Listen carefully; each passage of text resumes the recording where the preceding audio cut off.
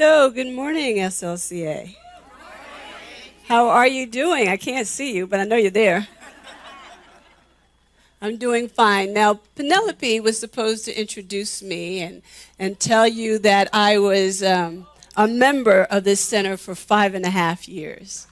But I actually have been in this philosophy for about 18 years and a licensed practitioner for 14. And it just seems like a long time ago when I found this beautiful philosophy. But like many of you, I wasn't raised in this philosophy. In fact, I didn't have a religion or a relationship with spirit for a very long time. I rejected my mother's religion. There were too many rules, way too many rules. Don't dance. Don't listen to secular music. You can't marry this one or that one. What else? Be straight and narrow. Did they see the choir director? No. Obviously, they paid him no attention because he was not straight and narrow, I assure you. And the thing that really got me was if you broke any of these rules, you were in jeopardy of eternal damnation. I was like, wait, what? You see, when I was little, I stayed home. I didn't go to church. I stayed home with my grandmother. And she taught me my concept of God, that God was love and that God created the heaven and the earth. And God loved me no matter what. And that the kingdom of heaven was within me. And all I had to do was be a good girl and all was well. And even when I wasn't good, God still loved me. I was like, hey, yeah, I can relate to this. But then I had to start going to church with my mother. And I guess from about 10 to 13, I kind of slept through service because it was boring. The only time I woke up is when the choir started, singing and the band started playing because we had a very big church. My mother belonged to the Church of God in Christ, and it was in a church. It was actually in a movie theater in Brooklyn, and it was huge. And so they had a full-fledged band, drummer, guitarist, pianist, and then they would have solo artists. And so, of course, I woke up, and I was jamming. But then he started talking again, and I went back to sleep. But my mother was getting annoyed with that. So I guess right around the time when I turned 14, she's like, look, you can't sleep through service anymore. It's embarrassing to me. And you need to start paying attention because this is important to you. This is about the salvation of your soul. And I thought that salvation myself. I was like, okay. All right. So I started paying attention and I started listening. And I was like, okay, what's he talking about? He just called me, he just called us wretched sinner. What? I'm like, no, this is nothing like Grandma told me. And then he started telling us about if you don't do this, all those rules again, and if you don't do that, you're going to go and be damned forever in hell. I'm like, whoa, wait a minute. Now, by that time, my grandmother had transitioned, so I got in the car with my mother, and I'm like, what is this dude talking about? This is nothing like Grandma told me about God. And I preferred to believe Grandma. And so my mother was like, well, Grandma didn't tell you the whole story. And I'm like, yeah, but do you really believe half the things that man just said? And I always called him that man, and that irritated her. So she said, well, now it's time for you to read the Bible for yourself, and you need to understand that you're going to have to be saved and come to, whatever. And I'm like, okay. And I was an avid reader in my teenage years, so I read the entire book from Genesis to Revelation, and I wasn't finding the answers that I wanted. And so I went to the library. I did my own research, and I lived in New York City. So we had very good libraries, and they had an extensive section on theology. Now it's 14, 15. It took a while. There's a lot of books. But I loved history, and I loved doing research. I was a nerd, maybe still a little bit so. But I found out all kinds of interesting things, but they still weren't giving me the answers that I was looking for. So I threw out the metaphorical religious baby with the bathwater. And I decided that, being arrogant at 14, 15, I didn't need religion. In fact, I had came to the conclusion that all religion was a thing to control the masses, especially way back when, because people couldn't read. So the clergy and the royal families and the rulers, they just told people what they wanted to hear, you know? And people bought into it. And then the fear factor. If you don't listen, if you don't do this, you're going to die and go to hell. And back then, it was even worse. If you didn't do this or do that, off with your head. So I thought about that. I decided I didn't need religion, but I still believed in my grandmother's version of God. So I didn't throw God away. But I just didn't believe all of the dogmatic points of views that I was being told. So I decided that I could live my life without religion, and I was doing just fine.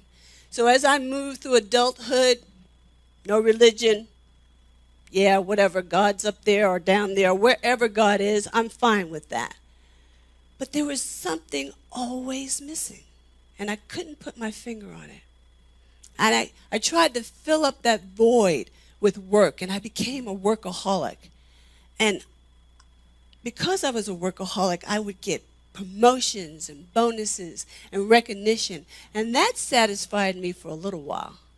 But that void, it would always raise its head, and I just didn't know how to fill it. And then I had a dark night of the soul.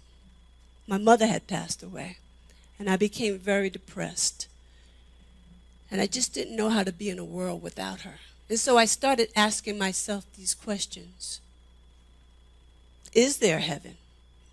And I still couldn't, it wasn't logical. It didn't make sense, especially not the hell part. But what happened to us after? I couldn't get the answers. So I tried to find those answers, and I went within because I always felt there was some kind of connection. And I would feel those connections most when I would see a sunrise or a sunset, or when I took a hike in a forest, a beautiful forest or a valley, or when I held a newborn baby in my hand. I knew then that there was something greater than me. Or when I would hear an angelic voice sing, or a symphony. At those times in my life, I had moved out of my egoic mind. And I had moved into my spiritual mind. But I didn't know what to call it. I didn't know that's what I was experiencing. So I decided to go on a spiritual quest. And I found meditation. And I began to meditate fully. I decided to meditate fully. And I became fulfilled for the first time in my life. I wasn't hungry anymore. And one day before I sat down to meditate, I was thinking, wow, wouldn't it be great if there was a religion or a philosophy that went along with the way I felt when I meditate? Wouldn't that just be great? Now, what I found is that the universe always gives you what you ask for. And not too long thereafter, a friend of mine introduced me to this wonderful philosophy. And I could end the story there, but there's so much more. So as I moved into this philosophy, one of the things that I found is that I was way too hard on my mother. I was way too hard on her religion. Because our founder, Ernest Holmes, he tells us there's a thread of truth that runs through all religions. In fact, you see that beautiful quilt back there? We honor all religions. And the first of every month, we light candles to pay tribute, to pay honor to all the religions of the world. So, I'm just going on and on.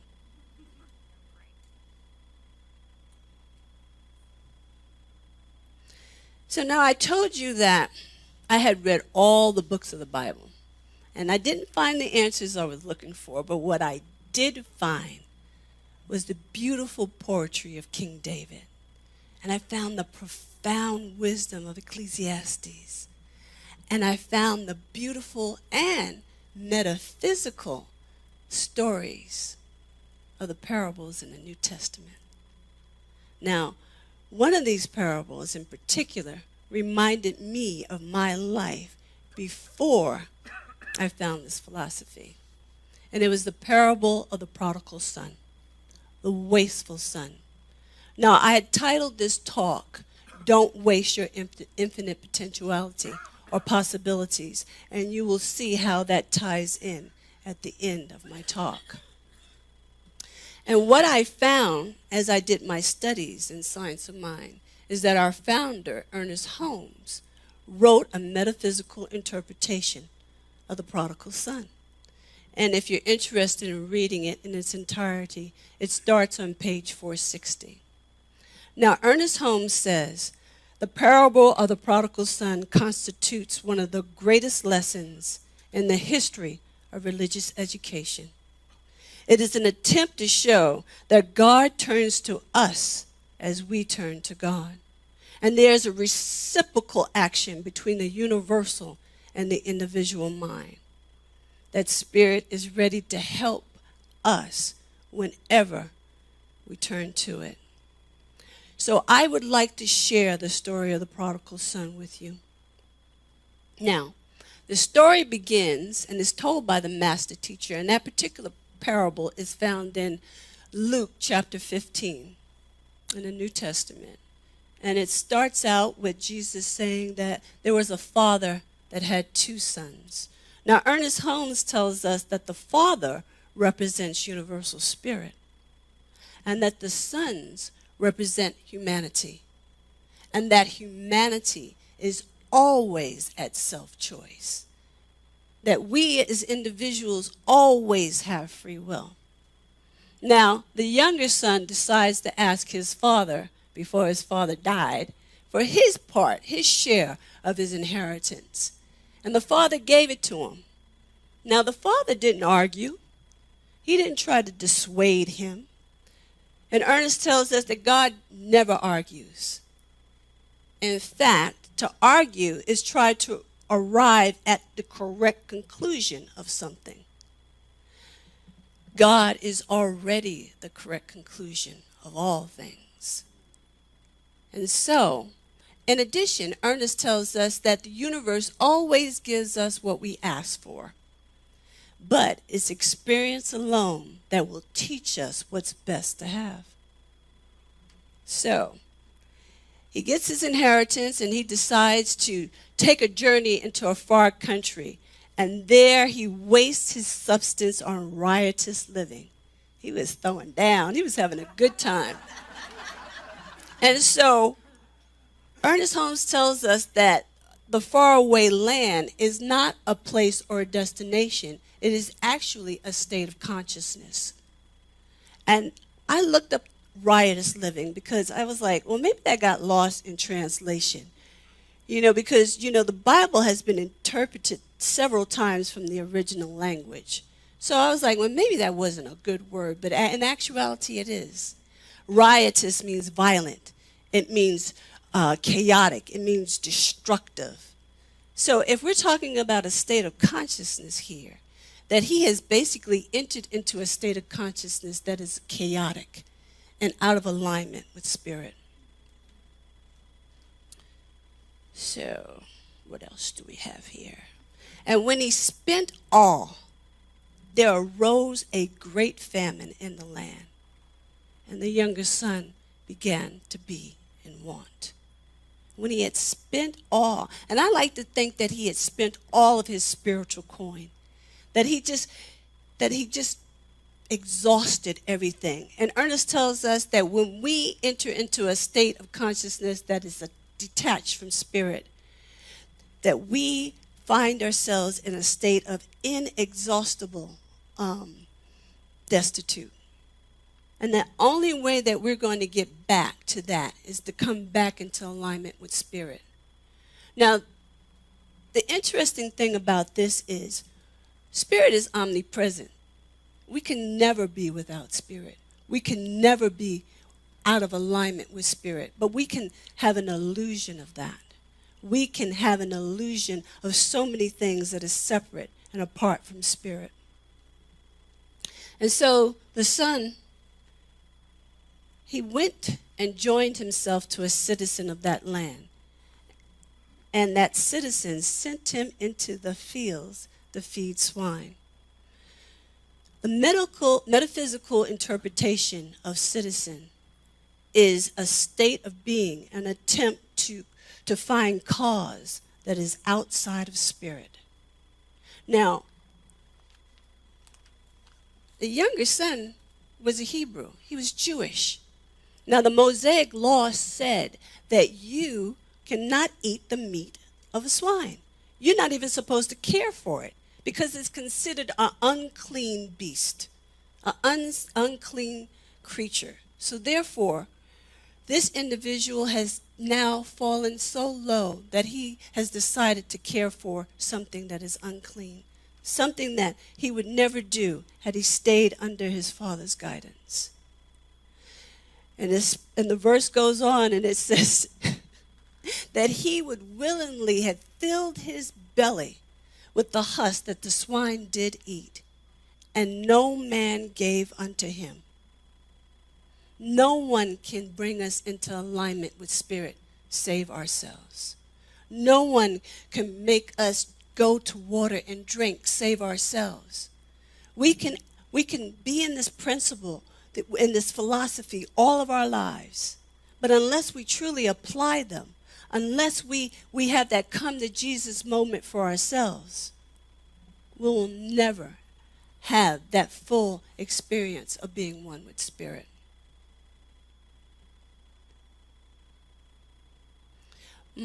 Now the next verse is my favorite. It goes, and when he came to himself. Now the rest of that says, and when he came to himself, how many hired servants are in my father's house that has enough bread and to spare, and I perish from hunger? You see, when he came to himself was at that point where he had a spiritual awakening. He was coming to his realization that there was plenty in this universe and that he ought to have it. That there was good in this universe and that he should have that good. Because the least of his father's house had enough bread and to spare, but he was perishing from hunger. So he decides that he was going to rise up and go to his father's house. And then he starts to feel guilty because the next verse says, and I will confess to my father that I have sinned against heaven and in his sight, and I am no more worthy to be called his son, and to take me back as one of his hired servants. Now, Ernest Holmes tells us that self-condemnation is always destructive. Not sometimes destructive, but always destructive, and should never be indulged in by anyone. But how many times, because of things that we've done in the past, do we find ourselves riddled with guilt and shame? How many times do we carry our bag or luggage around as we enter into this philosophy, and it gets so heavy and that we just basically stop and we don't get that full alignment with spirit? But the next verse shows you that God never condemns us, that God is always God and God is always good, always whole, always perfect, and always complete. And so it says, as he came to his father's house, when he was yet still a great way off, his father saw him and had compassion and ran and fell on his neck and kissed him. You see, when we go within and we connect with that spirit of the living God that is within us, it opens up its arms wide and embraces us and just pulls us in. Now, I don't know about you guys, but the nape of my neck is so sensitive. And that part where he says, and he fell on his neck and did kiss him, just goes to show that we all can have an intimate relationship with the Spirit that is within us if we just open ourselves up to it. But yeah, here he goes again, back in that self-condemnation.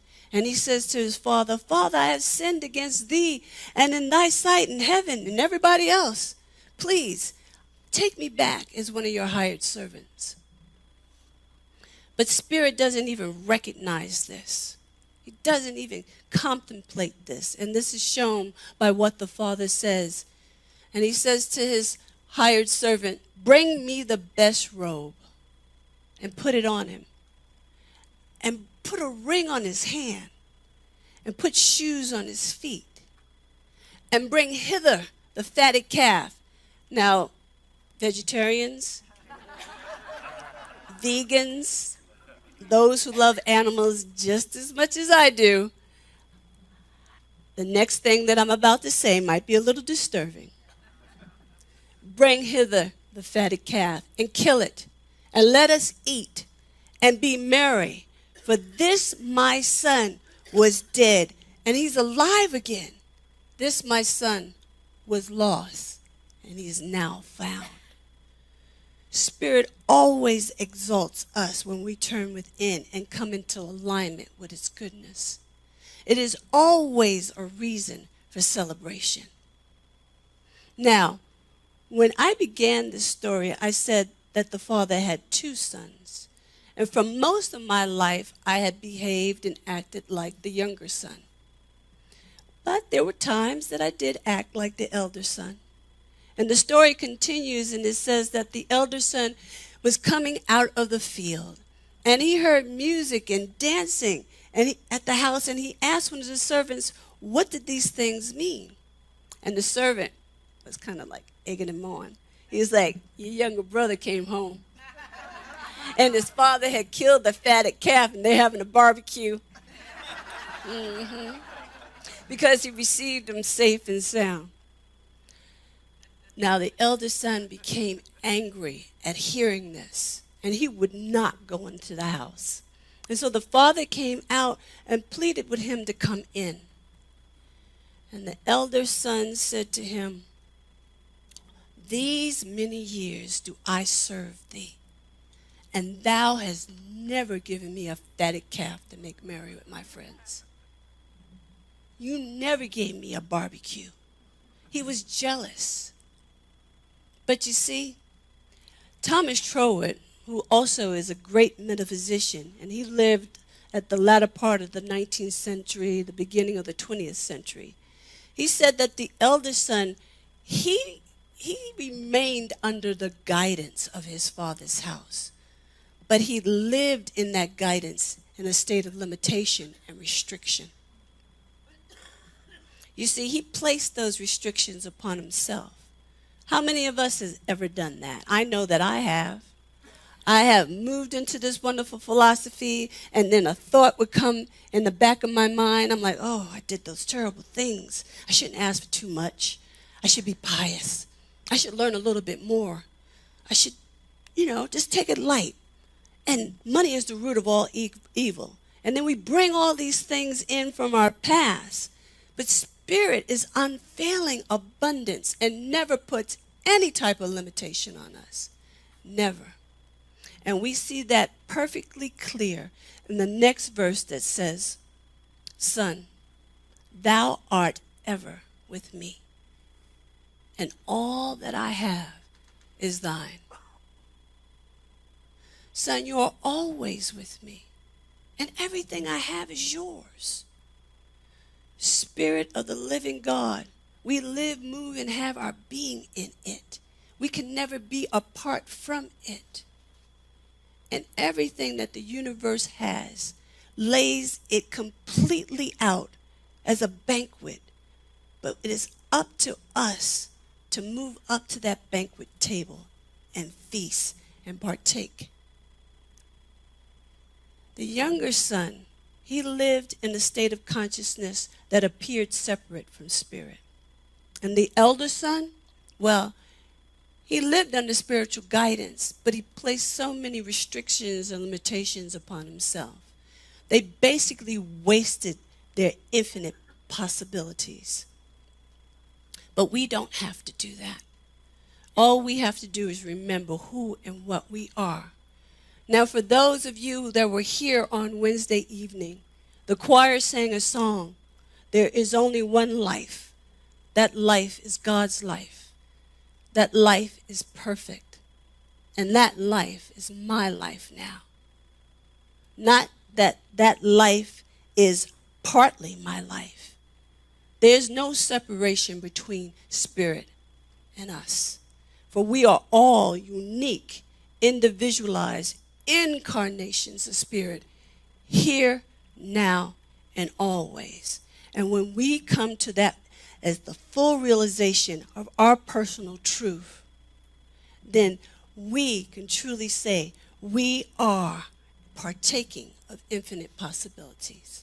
SLCA, thank you.